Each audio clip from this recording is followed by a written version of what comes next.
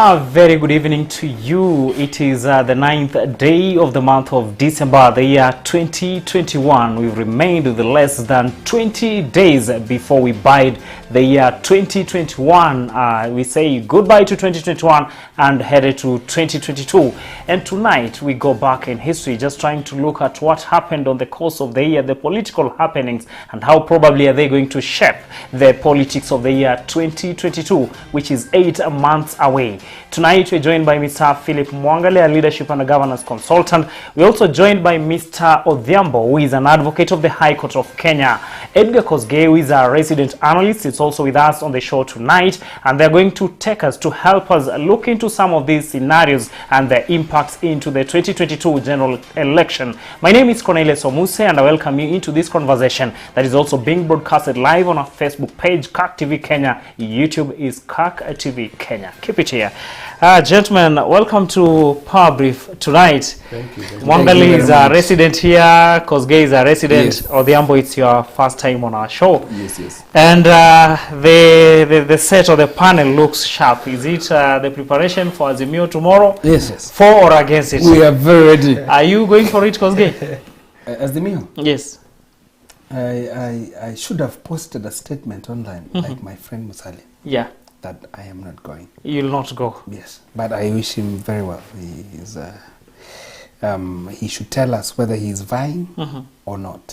And after tomorrow, it will now be definite. We will now know who is running and who is not running. Or who is walking. Tomorrow. Probably there's walking and running. Yes. Thank you, Mr. Odhiambo. Tomorrow's event. Yes. I think tomorrow's event is very important for Raila Odinga because he will have to come clearly to Kenyans on his next steps. Kenyans have been second guessing, is he going to vie, is he not going to vie? And so tomorrow is going to be a definitive point of view when he will likely tell Kenyans, this is my position in come 2022. And so in as much as we may not be attending, but we will form part of the conversation because we need to know, is he part of the political equation come 2022 or is he going to be a kingmaker as he always is? So it is part of this. We are glad to be part of the conversation. Thank you so much. Mr. Mwangale seems to be having the answer of what Raila is going to say tomorrow, but let's also hear from him. I have no idea what he's going to say tomorrow, but I'm not among those Kenyans who didn't know where he's falling. I think I have known that he is vying. The only thing that could be a surprise tomorrow is if he decides to back somebody else, which is highly unlikely. But again, it's also very possible. I mean, very many things could happen between now and tomorrow. He might have been decided to announce that he's running at this moment, and then, you know, we hear these days there are some high-profile calls that people have to heed. So what could be a surprise tomorrow is if he decides to go with the agreement they had with President Uhuru Kenyatta, because that handshake did not just have money changing hands. There were some deals that were struck. So I would be surprised. In fact, I would be shocked if he decides to go with one of those deals, which included him, stepping into the background, into the shadows, and letting somebody else take point on presidential candidacy. Probably in a few seconds, we've just been trying to look at some of the social media pages of Raila's allies, beginning with the Honorable Musalia Mudavadi. We've also seen Kalonzo, though he was not really communicating directly, but he could be communicating indirectly. That I'll not attend because he was actually landing in Juba Airport, which is not within Kenya, that is in another country. Musalia spoke and he talked of these are worthy competitor, and I wish him well. There are those people who are reading bitterness in Musalia's tone, and there are those ones who are saying it is actually hygienic politically for him not to attend a competitor's event. Let's begin from Mwangale again as we come this other side. Is it healthy to invite your opponent in your whatever businesses? opponent, either in courts or real opponent? When you're talking about politics, I think we have been treated to a sham. Presidential candidates announcing their presidential bids, and they invite other presidential candidates who have insisted that they are not going to let, to let that position go to anyone. So it's been a joke in my view. Wetangula launched his bid, invited individuals who had said this is their time. So in essence, he was telling us this is just a PR exercise. I am not even going to run. And that is a joke that we have been treated to. For Musalia not to attend, I mean, it's no big deal. In fact, this is a Raila Odinga affair. There should be no pressure on any presidential candidate to attend that event. Number two, whether Musalia is bitter or not, he may be bitter because, I mean, he has faced his own share of betrayal in the last couple of election cycles. That is expected. But again, he should not blame anyone because Musalia has been dragging his feet. He has taken time to, make a position and sacrifice on a position that he appears to believe in. So, I mean, whether he attends or not, that's up to him. Yeah. Thank you. Odhiambo, Yes, on this issue of Edgar is vying for MP in Embakasi. Yes. And then he also invites you as an aspirant in Embakasi to his event. Probably is launching some project for women or some manifesto for women. How do you take of it? Is it a new brand of politics, or it's something that has to be shunned if at all there is hygiene in politics? I want to look at it this way. Musalia Mudavadi has a fundamental right of conscience and thought. He is allowed to choose where to go and when not to go. And so it is within his right to decide whether or not to attend the Azimio la Umoja event. But if you look at it from the intonation of the statement, it portrays somebody who is very hell-bent on being on the ballot paper. And so Mudavadi is communicating to both sides of the divide. This is Ruto and Raila. That yes, you may have begun the race a little quicker than myself, but I'm going to keep up and push up with my agenda, which is to be the president of this country. And as Philip intimated, that Mudavadi is a victim of his own failures. He has never been definitive and assertive on what he wants. That's why is somebody who could be tossed around, and he's felt that for quite too long he's been tossed around for so much time, and so he's basically communicating that fine, I'm going to be tossed around, but not as easily as you people think. It has to be a fight. So basically that is what I think Mudavadi is doing, communicating to both parties that I'm in it, but if I were to leave, it has to be a fight. Thank you, Odhiambo. Now, Kosgei, let's put Mudavadi aside, let's put Kalonzo aside, let's look at the trend, the trend that is actually cropping up, that a presidential aspirant inviting a fellow presidential aspirant in their whatever the activities. What do you read from it? We are all forgetting what has been happening for the last 6 months, what Uhuru Kenyatta has been doing with these presidential aspirants, what he has been doing with them in Mombasa. We've been seeing our dailies where Uhuru Kenyatta has been inviting them to the table to talk about devolution and economy and how Kenya is going ahead. Yet we have information that Uhuru Kenyatta has been trying to put them together so that they can have a formidable combination that will run against the other person from UDA. Musalia Mudavadi has been very categorical that you shouldn't call me at night to force me to run to be the running mate of Raila Odinga. He has been so categorical. And Malala has been speaking on his behalf that you can't abuse us during the day and call us during the night to support Raila Odinga.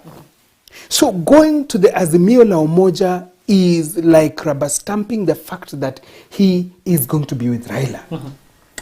As my friends have said, that Musalia has never come out to be his own man. This time round, he has. And if you see the likes in his statement, there are very many.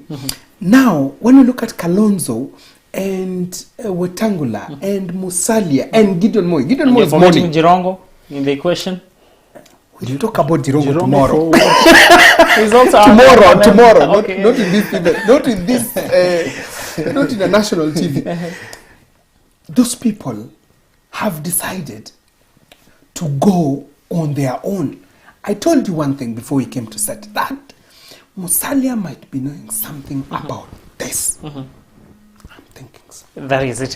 Thank you. Now, there is a discussion that has really also taken a center stage, and probably next year it's going to really take a lot of concentration and a number of decisions that politicians, aspirants led by Kosgei will be making it when it comes to party primaries. Anderitu of the ORPP the other day hinted that there could be a possibility next year that if you're locked out of party primaries, there'll be no window for you to actually avail yourself as an independent candidate. You've been seeing how some of the parties, or majority of the parties, have been conducting very shambolic nominations.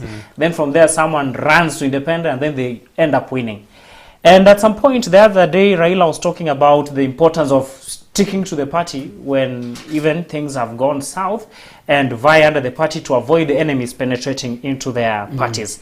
Now, we want to start getting it from Mr. Mwangale, the possibility of this happening, because there are those politicians who are saying this cannot happen, should not happen, and must not happen. But suppose it happens. Do you think it's going to help in growing the democracy, or there will be more confusion in our politics next year?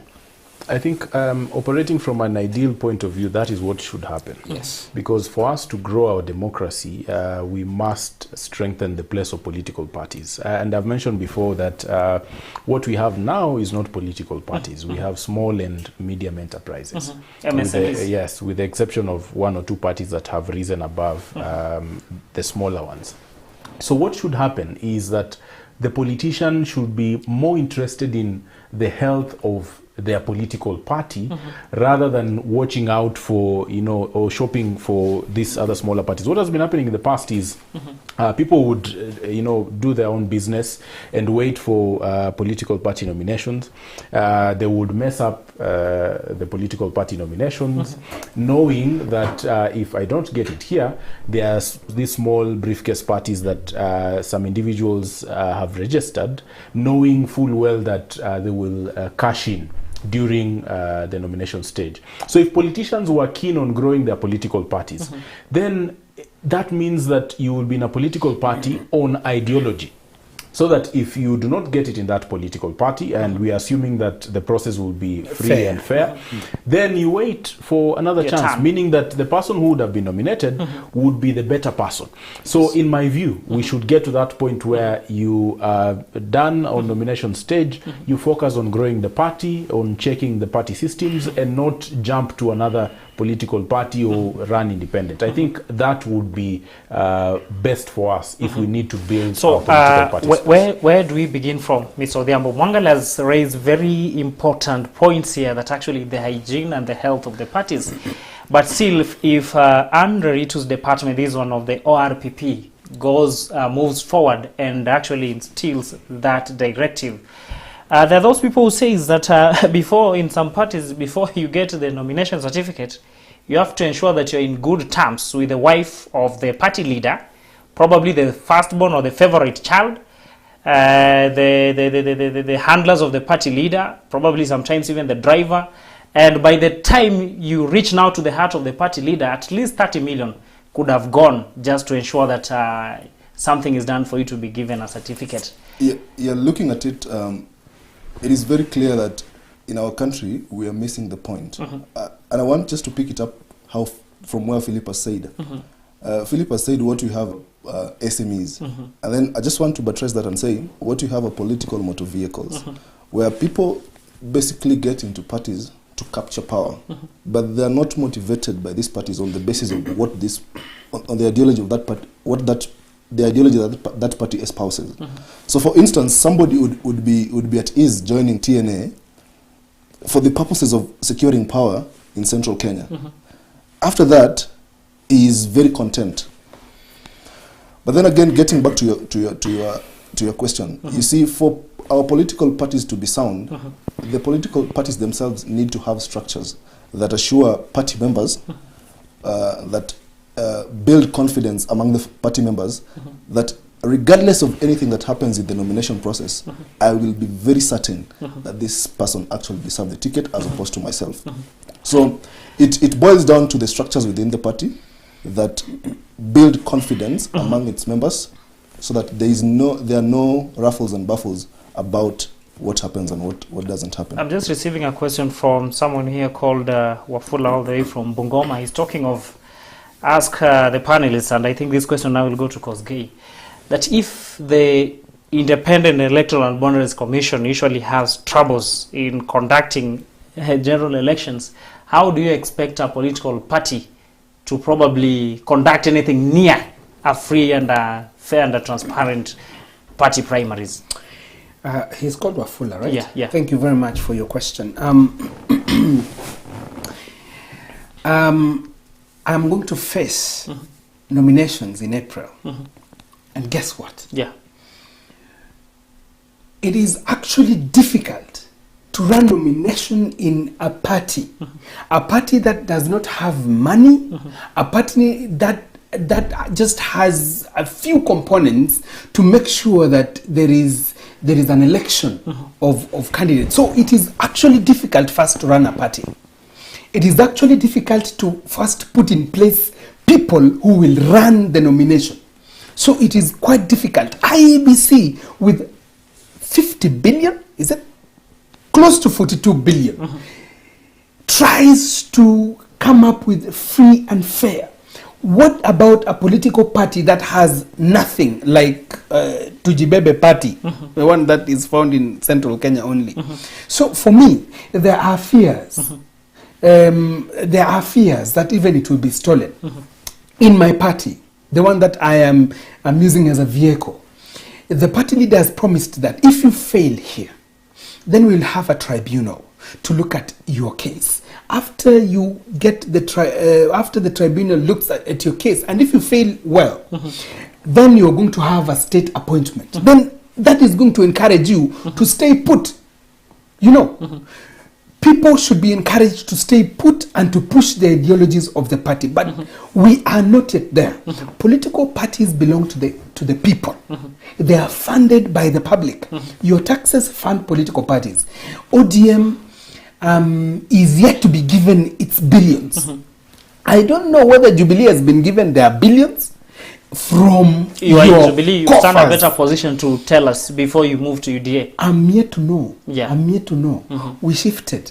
So what I'm saying is, we are yet to get to a situation where UDA will stop being a Kalenjin party, right? And ODM will stop being a Lake party. We are yet to get there. So to answer the viewer, Yeah. we're all worried.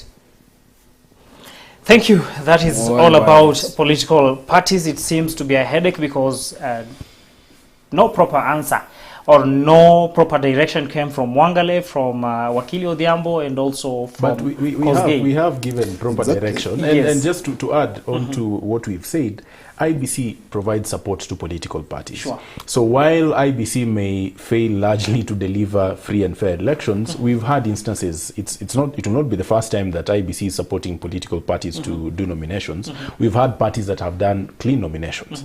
But you see, the culture that we have, down there, still permeates into these political parties. At the other time, we had a party that was running nominations, and then some people sponsored goons, and everything was Men in Black. Yes, everything was thrown I away. remember Wangale's suit is black. Mine is grey. Yeah. But the point is, Yes. we must look at our values. It's not just the political Sure. parties, because they are vehicles that carry people. They are institutions that house people, and those people are coming from a place where we are dealing with a rot in our values. So while we are looking at addressing it at that level, we must also look at addressing it at the very basic level, and that is institutional, society level, even family level. Exactly. So it is actually a societal thing that It's a societal issue. may take a lot of probably efforts and evolution and the values that really leads us as a country.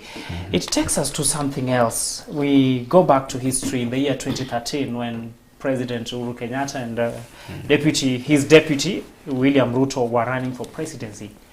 If you could look at Gado, most of the times his cartoons, you could see Ruto and Uhuru and something bigger in their leg around the thing, then written ICC. Actually, they vied under ticket and they had a case, the International Criminal Court. They made it finally to presidency. They still fought the case to a point that it reached to a point where the lawyers will tell us, sometimes we say that probably it was, I don't know, it ilitupiliwa mbali or it was put a stop. We may not understand these journalists, but you'll help us to understand that. But in recent days, we've had this issue of Gicheru coming up, his issue touching on the Deputy President William Ruto.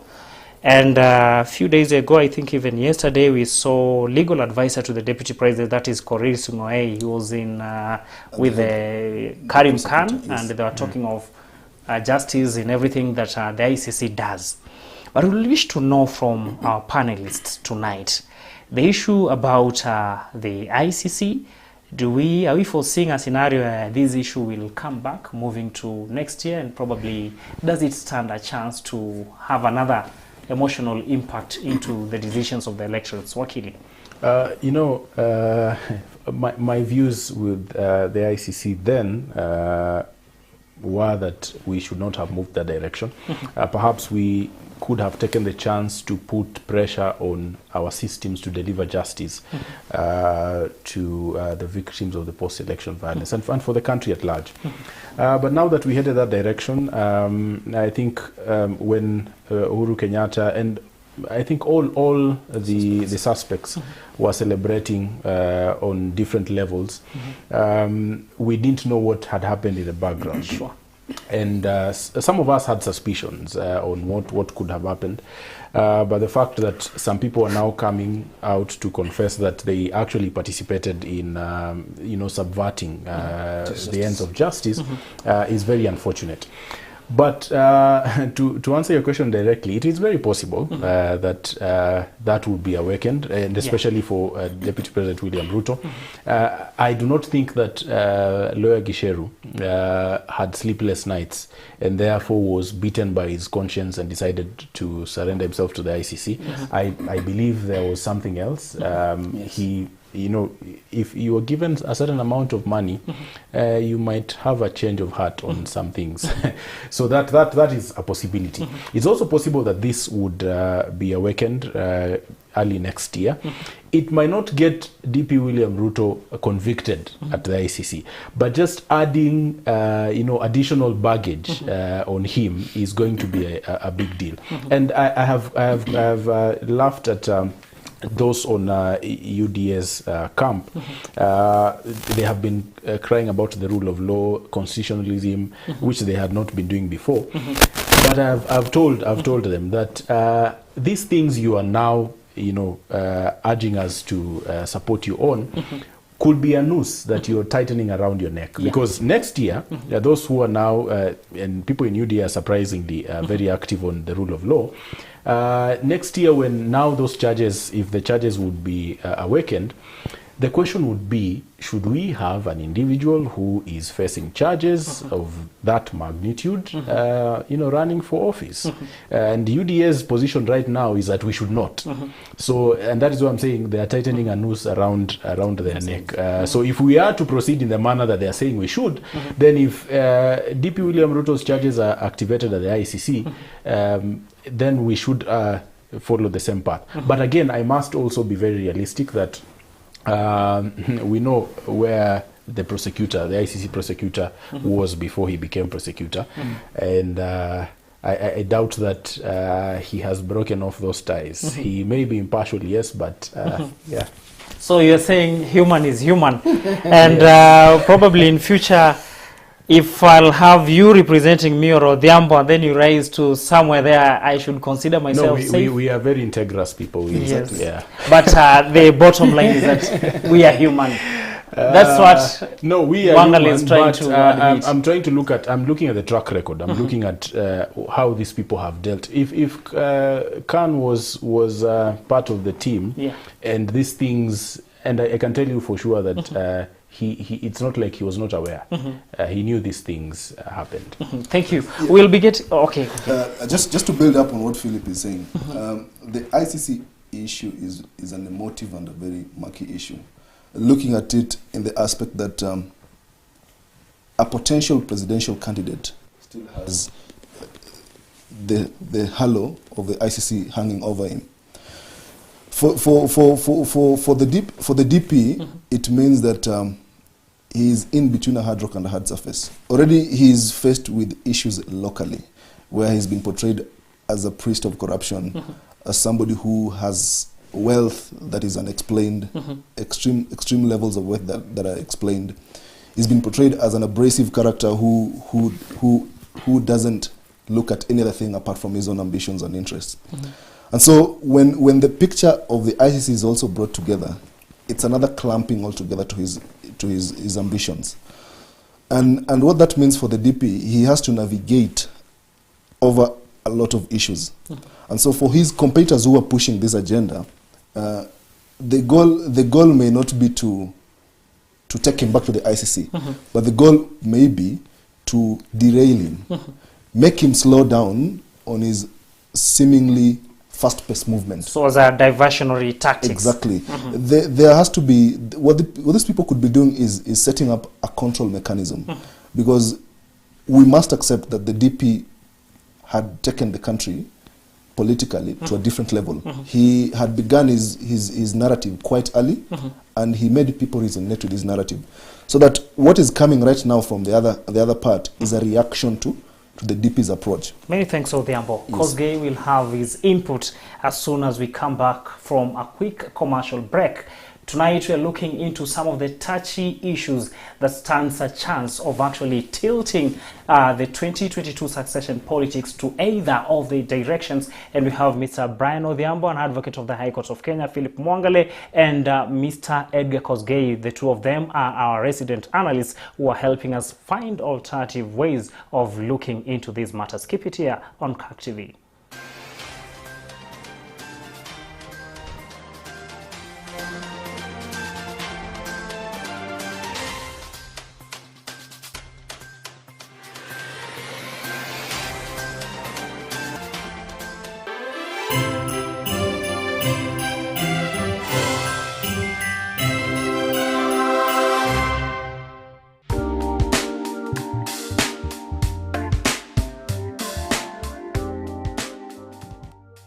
PCEA Ongata Booth Girls High School of Excellence is an outstanding girls boarding high school ideal for learning.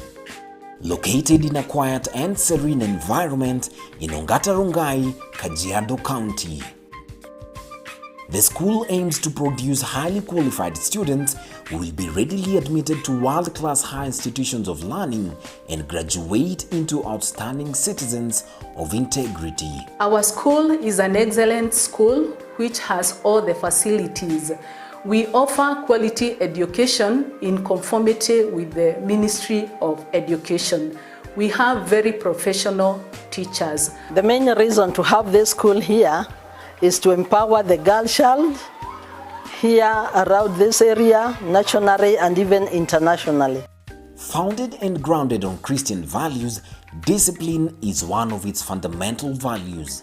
We emphasize on Christian values, and our children, when they are here, they can access our church, which is just across. And we have a pool of things that they do when they are here. And we emphasize on discipline. The school boasts of modern state-of-the-art facilities such as spacious classrooms, a well-equipped library, science and computer laboratories, a dining hall and a modern kitchen with a robust feeding program.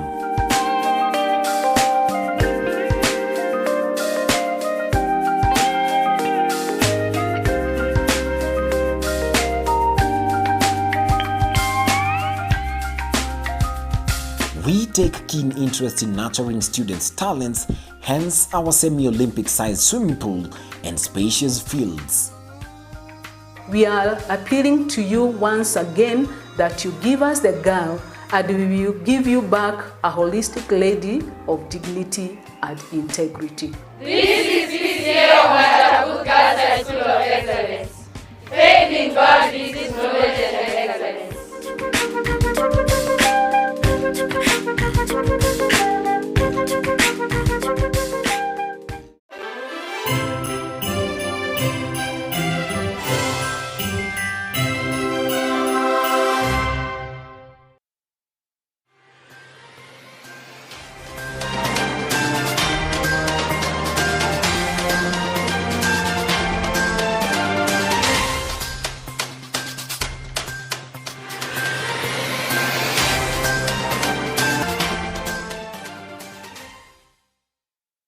Welcome back, and many thanks for tuning in to Power Brief as we do the 2021 Politics in Review, the issues that happened or continues to happen in politics, and probably they'll have a bigger impact on the next year's 2022 general election.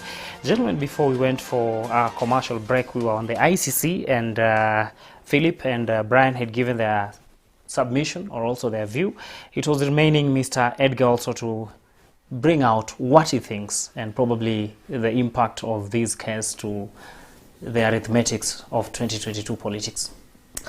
Imagine we're talking about ICC and presidential candidates forgetting about why we went to ICC. Why are we reviving a case? Are we reviving the case to help Kenyans who are affected by post-election violence, or we are reviving a case to stop someone from vying? Imagine how low we have sunk, even how we people, we are analyzing these things, and you, the media, how you are focusing on someone's bid instead of looking at whether Kenya has healed.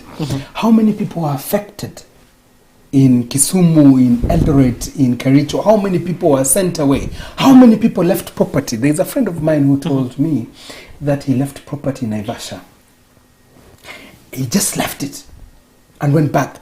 There's a friend of mine also who told me that while he was in Murang'a, he saw lorries coming with women and children just to be dropped in town from Eldoret because they don't have any other place in Eldoret to stay, so they are being dropped in Murang'a because people think they're coming from Murang'a. We have trivialized this issue. We are going to the ICC because of someone. We're stopping someone to go. A bunch of nonsense. A bunch of... Don't be emotional on it, Mr. Kosgei. Don't take it personal. We are just looking at what it can really have as we move forward. No, man. Now, this takes us to something else. Yesterday we had a meeting happening in Nairobi, and even the dailies today brought it out that Uhuru Brigade and also Raila, that was Daily Nation, and others talked of the Mount Kenya Foundation through Honorable Peter Munya, read out whatever they had as their decision, and finally they talked of having endorsed Raila. And there is a lot in it. There are those ones who are saying it happens all over the world, even in developed democracies, that there are interests that works behind the scenes, only that this one came to light. But let's begin from Mr. Mwangale, such an arrangement, how it means, and probably this scenario that's being associated with the head of state. You know, in the past, a group like the Mount Kenya Foundation had the backing of the people, or put it differently, the people would be aligned in the direction that that group and the business interests would be. Whether that happened by design or by circumstance, it still happened. But looking at it now, those business people are on their own. So the only thing they're adding onto Raila Odinga is perhaps resources. They're not bringing with them the citizens of the mountain. I think that has been clear. And that is why I think the frustration we are seeing, or the desperation we are seeing, they are now coming out publicly, to let people know that, we are behind this person.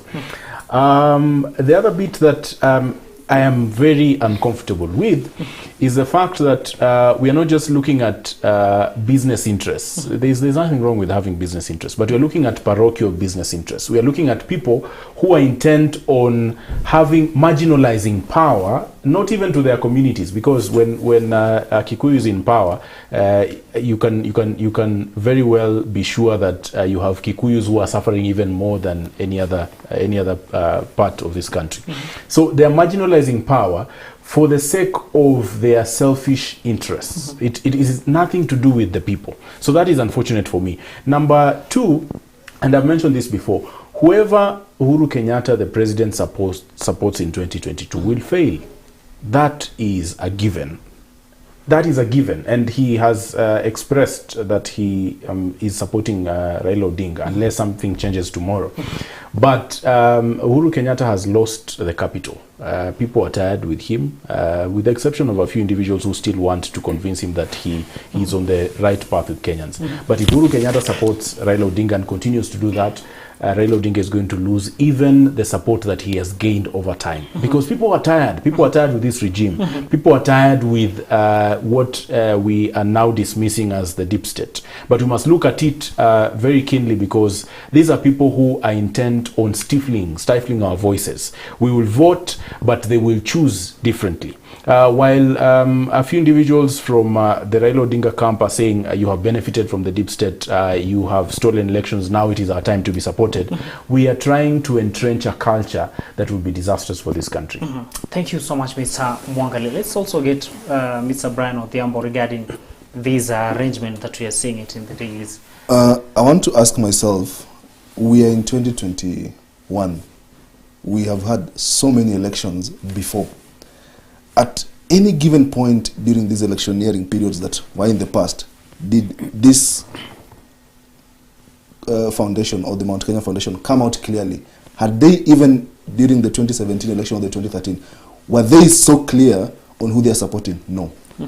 Why are they doing this in 2022? Why are they doing this? That is a fundamental question we need to ask ourselves. It means, to me, it has come to a point where they have looked at things and interest and realized we are going to be thrown into oblivion. And so for us to ensure we still remain relevant, we have to make a choice. And they're very brazen and clear on their choice. The choice is Raila Odinga. So the next question is, what are they giving, what are they bringing to Raila Odinga? What value are they cementing to Raila Odinga's presidential ambitions? Yes, there's the issue of resources, which is very fundamental for an elective, for somebody seeking a presidential election, presidential post. The issue of resources is very fundamental. But then again, we need to ask ourselves, is it a deliberate attempt to portray Raila Odinga as a candidate for the state? Is Mount Kenya Forum a culmination of people with interest who we always call them the deep state? Are they communicating to the people that, yes, we are supporting Raila Odinga because he is a candidate for the state? So these are fundamental questions. And if you were to look at it, to me, the Mount Kenya Foundation Forum is just like any other entity, right? It's like any other entity in the sense that I am allowed myself as Brian, if I were to come up with a foundation today and say, Philip and Kosgei, we have a Young Debaters Association, we come out clearly and say we are supporting Raila Odinga. The fundamental question would be, what are we bringing to the table for Raila Odinga? And so for me, it's neither an issue of here or there. The question for us is of what gain is Raila Odinga having from this foundation? And it is very express, it is resources. The issue of votes is quite moot because it has to be looked at it in this way. Statecraft is soulcraft. There is the aspect of how the state can convince the people either through legitimate and illegitimate ways to vote a specific candidate. So we may not downplay, we can't downplay the role that this foundation may have on securing votes for Raila Odinga. It is probable, it is a moot question, and the only thing that can speak to that is time. Yes. Thank you. Let's also get to hear from Mr. Kosgei regarding the incidents of this foundation coming openly, because actually Mr. Odhiambo raised a question that why not before? Brian raised a very fundamental question, and I did not expect him to raise that. And I'm surprised because people in the inside are celebrating that Mount Kenya Foundation is supporting them, and it is quite surprising because Mount Kenya Foundation, as Philip Mwangali said, they look like they are on their own and they have their own votes, they are carrying their own votes. But there is a question that usually comes, what is this Mount Kenya Foundation? And people usually say, this is the deep state. And Brian is asking, are they bent on portraying Raila as the deep state project? You know, there are friends of mine from the other divide who are saying that now that you people used the deep state like forever to clinch power, then it is our time to use the deep state to complicate elections, coming elections. That's why my friends are celebrating so much because they have Mount Kenya Foundation here.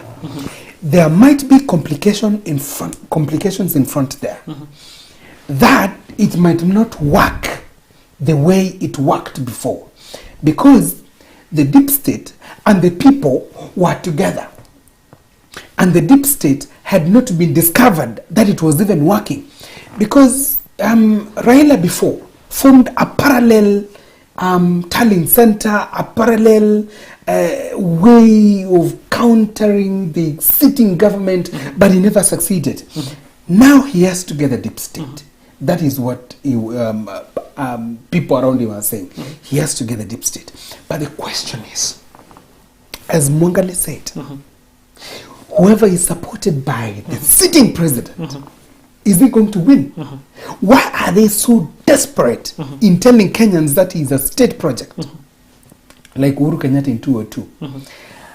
Is Raila not aware? Because Raila has been here before even I was born. Is he not aware? He might be aware. And he might have a counter in front. He might have a counter to counter these people. He might be wanting now to portray them as people who are out to seek for themselves. He might be. You think they are stupid? No, they are not. I'm thinking so. So, from what is coming out at the end of it all is probably it is something that is not clear here, Mr. Mwangale, that on these other arrangements, you've not been coming to light to show that you're supporting this person. And you know the dangers. I know even at some point when you are at campus during elections, any person who appeared to be friendly to the administration, by then you remember those terms like administration project, it would be very difficult for you to win. And the best they could do to you if you are their project, then it was to put a distance. So could it be a setup when you use your third eye in politics and psychology? There's this movie called Sarafina. I think many people have watched Sarafina, and there's a theme song, and that was the rallying call for South Africa then. Freedom is coming tomorrow. Yeah. But I think the theme song in Raila's politics and engagement with other people has betrayal replacing the word freedom there. So for him, it's always betrayal is somewhere lacking in the corner. And I've held this for a long time, that after the handshake, there were individuals who were hell-bent on suppressing him. Because after 2017, during that period that we had the protests every Monday, Raila was a formidable force. The handshake poured cold water on him. So yes, it could be a setup. It would be interesting if what Edgar is saying is what Raila's team is planning. But again, the unfortunate bit is that those around Raila, those who had been frustrated, those who had been clobbered, and their eyes had become so with tear gas, they got comfortable because the trappings that came with the handshake, they cushioned these individuals. And as opposed to previously when they were very sharp, on edge, anticipating an attack all the time, and making sure that they're planning ahead, this time round they have been flowing with what has been prepared for them. They have been flowing with the programs that have been coming from State House. So it will be interesting if they actually know that it's a setup, then they ought to have planned. And if they do, then tomorrow we should expect a surprise. If they don't, then tomorrow Raila Odinga will say he's on the ballot. Thank you so much, Mr. Mwangale, on that part. Actually, politics sometimes probably comes with a lot of the talk of reverse ecology and what have you. It takes us to something here which probably will also, after the Azimio announcement tomorrow, this thing will also shape further the politics of Kenya in the year 2022, and this comes to the question of the running mates to both Raila and Honorable William Ruto. there are two schools or three of them here with different ideologies. One is talking of the other day when Ruto was in Nyeri, he hinted on something when he talked to the people of Madhira, telling them, are you going to release Gachagua to help me at the national level? There are people who are saying he could be trying to test the waters, like, how about if I talk of Gachagua being a running mate? But at the same time, this is bringing in the question of for how long shall we have Mount Kenya and Mount Kenya region in particular, and Rift Valley, and in particular the Kalenjin Rift Valley. So that's the question that is coming, and there are those ones who are viewing it that if he goes for central running mate, probably a plus on those regions, but a minus on all other perceived regions that he could have invested. Yes. And there are those ones who are telling him that if he goes for another region apart from Mount Kenya, it will sell him more, because it's assumed that he already has Mount Kenya in his pockets. Let's begin from Mr. Odhiambo. We are now on Raila Ruto, before we go on Raila in this question of running mate. For William Ruto, the matrix of getting running mate is very, very difficult. Because on one end, he realizes that he needs the Mount Kenya vote.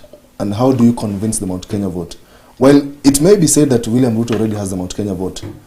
And the perception is that he is already a kingpin of the Mount Kenya region himself.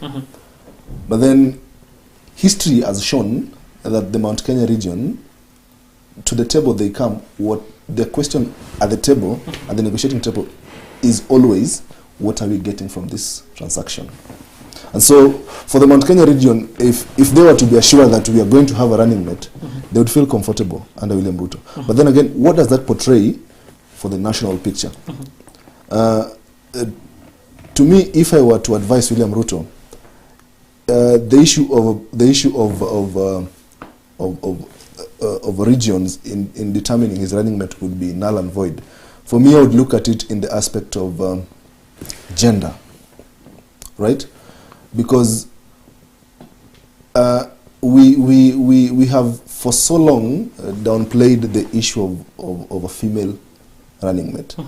And if William Ruto were to be wise enough, let me say wise enough, it would be very appealing if he had a female president running mate, regardless of the region.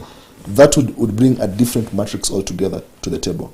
But if he sticks to the tribal card, then it becomes very difficult to sell him outside Mount Kenya. Thank you. Let's also get from Mr. Edgar the question of is it Mount Kenya, Kalenjin Rift since independence, or he moves out and gets a running mate. Probably he can even go to Teso and get a running mate there. Actually, if it's indeed true that Hustler Nation is about all Kenyans, not where you come from, and if Hustler Nation exists, you remember when President Kenyatta said it is now time for other regions to lead. Then it brought in the question of the two tribes that have been leading from independence to now. William Ruto was told not to run because he's Kalenjin, and that is so reasonable. Why? We have 42 tribes in Kenya. Then we can't have another Kalenjin after Moi, after another Kikuyu, you know. And then now we are coming to talk about Rigathi Gachagua being a deputy president who is Kikuyu. Wrong. In fact, I think the media just picked it like that and said, because Rigathi Gachagua has been traveling with William Ruto everywhere in this country. That's why he was telling them, can you just release him? Because Rigathi seems to be having the right words to repel the opponents.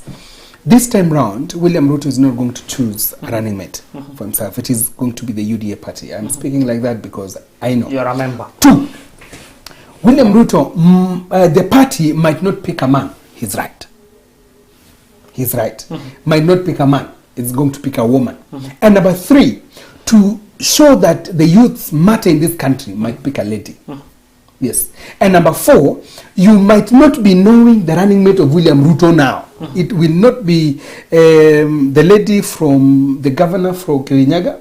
It will not be the lady who lost for governorship of Kirinyaga, Martha Karua.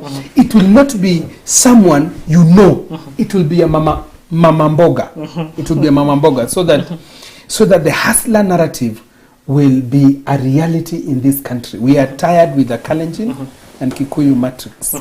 Thank you. Mr. Mwangale, delve also into this issue of the calculations. I don't understand what Edgar means by we are tired with the Kikuyu and Kalenjin matrix. No, that is a conflict I'll resolve in my head. Okay. But I will not advise William Ruto. He does not pay me to advise him.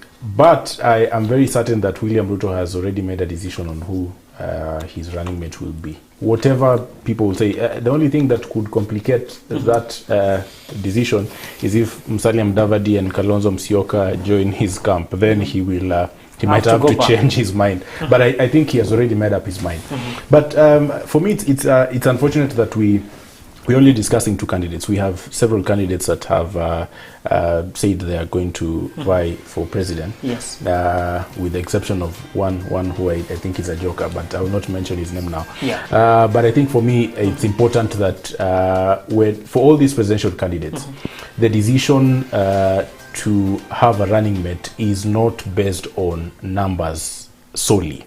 It should be based on how these individuals are going to work and how the two of them are going to deliver service and development to the people. At some point, I remember you talked of chemistry and the ambition. Yes, that is important because we have learned very hard lessons from Uhuru and Ruto. Because the question was about numbers. Who will add more numbers to what ticket? And that has brought us very big problems. Because the design of the deputy president, deputy president's office, is such that the roles that person or that individuals will be performing are akin to an assistant or a secretary. Kind of. So it's not really a huge role. So when you have an individual like we had with Ruto, who has almost equal following with the president, and that individual feels as though they are entitled equally to the presidency as the person who is holding that office, you would encounter problems because we are human beings. I mean, you cannot have brought several million people to the table or to the vote basket, and you are given very little at the table. So that matrix ought to be changed. And I have looked at a few of the other presidential candidates. The other day I was looking at Reuben Kigame. I think I don't know, I think most people do not know these other people who are vying. And I was looking at the calculations that he was making, and he had mentioned that he is looking at getting a running mate who is a younger lady from a community that has not been within power. And I think those are the calculations that we need to start making, because if we need to bring this country together, we cannot relegate the coastal area, for example, just for numbers when it comes to it. Right now, no one is talking about the coast because the leaders from the coast have been quiet. No one is talking about Turkana. No one is talking about Northeastern, despite them coming up to form a political party of some sort. So we must look at these communities that have been marginalized. And it's not just marginalization in terms of resources, even politically, because they need to have a voice. Thank you so much, Mr. Mwangale. Now, as we come to our parting shot, two things again will really affect next year's politics. We have two people here. Again, one is talking of looking for partners, not followers, and you can come with your party, come with PNU, come with that one for Jirongo, come with all parties. I'm looking for partners. And another one, he's talking of if you want to work with me, do away with all these tribal political parties and let's work together. So in a way, people are really trying to look into these two, and people have got different view of it, both positives and negatives. Between coalitions of many parties and one party, I don't know what is your take, probably also on that arrangement. Coalitions of many parties, that direction was tried in 2013, and it was tried by Jubilee in 2013, and look at where it led them.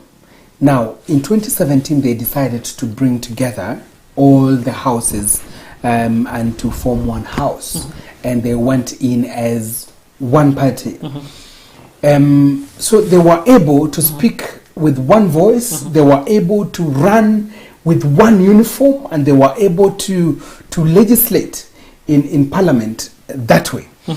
But there is also a disadvantage. because your ideologies cannot be accommodated well. You can only do that in your own party, you know. So there is a disadvantage of UDA party being one and calling people into UDA party and to follow the ideologies of UDA, unless you and the party leader resonate together. You know, unless you resonate. On the other side, Azimio la Umoja is calling for partners to come together. Coming together as partners means you reason in your own house, but on a national level, you reason together. It can be also a way of being independent, but depending on each other. On this other side, you really have to align your interests with other people. And also, when you go to parliament, you will have numbers. How can you count the numbers of these other people as one, yet they are not one? Yet you can still count it. You're parting short to Kenyans as they go to 2022, not only in politics, we have Christmas ahead of us in 2 to 3 seconds before I go to Odhiambo. Odhiambo, as you make your submissions on arrangements of parties, and also Mr. Mwangale, have your last word to Kenyans. Yes, for me, I want to wish them a Merry Christmas, and I want to urge them to prepare to elect leaders who will work for them. And tomorrow, as we are facing the Azimio la Umoja, I wish Baba well. Thank you so much. Odhiambo. Yeah, let me begin from the issue of political parties vis-a-vis coalitions. Politics is about interests, and there is totally no way ever in the world where interests will align. Because if I were today to take a route to Kajiado, I have the option of going through Ngong. The other person has the option of going through Kitengela. But the end goal is Kajiado. So coalitions are okay because our end goal should be Kajiado. But then again, how do we manage each and every path? It becomes very difficult, and history has shown that in the end, coalitions are built on very, very flimsy grounds. They are likely to break up at any time. But then again, presenting a party as that one which everybody has to follow the direction here or leave is probably dictatorial. And that statement is aristocratic in the sense that you either conform or not conform. And if you pick it up from where I said that there is totally no day where interests will align. We will all have different interests in as much as our end goal is similar, but our interest will always be different. For my parting shot to Kenyans, I wish them a Merry Christmas, and we are going to begin 2022. It's a year, we've come from a year of uncertainty. COVID has shown us a lot of things, but we must remember that in the end, this is the only country we have. We will never become Ugandans if we lose Kenya. So as we make the choice of our leaders, we need to also remember to be peacekeepers and take care of the peace that we have. No country will thrive without peace. Thank you so much, Mr. Mwangale. We've overrun, but you must also delve into that matter. Let me begin with the Merry Christmas wishes then. Sorry. Yes, I would wish Kenyans a Merry Christmas, and also urge us to be very careful and alert, because this is a season where certain actors take advantage to, deal with our security in a manner that will not be very good for us. Lastly, I think the idea of pre-election coalitions is not going to work for us, because it sets us up for this kind of dealings that we've had, underhand dealings. It would be better if we had post-election coalitions, so that you have gotten power. Who are you willing to bring on board and to advance what cause? Because if you have those pre-election pacts just for the sake of bringing numbers, after people have delivered the numbers, they are given state appointments and whatever rewards that will be there for them, we totally forget about the interests of Mwananchi. So for me, we must really look at the welfare of Kenyans, and that should be looking at coalitions post-elections. That would work for us. Thank you so much. That is Philip Mwangale, Leadership and Governance Consultant, Brian Odhiambo, Advocate of the High Court of Kenya, and Mr. Edgar Kosgei, Policy and Political Analyst and an aspirant for Embakasi Central seat, that is in the year 2022 general election. The three gentlemen have helped us to understand what has been happening on the course of the year in the political corridors and the implications of these happenings running into 2022 general election, which is actually a succession politics general election of a kind. Tomorrow there are events, and we'll also be here on Mwale wa Kak to brief you what is actually being anticipated. One of the events or a step that probably could change the political narratives and arrangement in the country. Remember, our mantra on Power Brief, or our mantra here, we actually align it with our national mantra of peace, love and unity. For me, Cornelius Omuse, and all those who made this production a success, I wish you a very good night.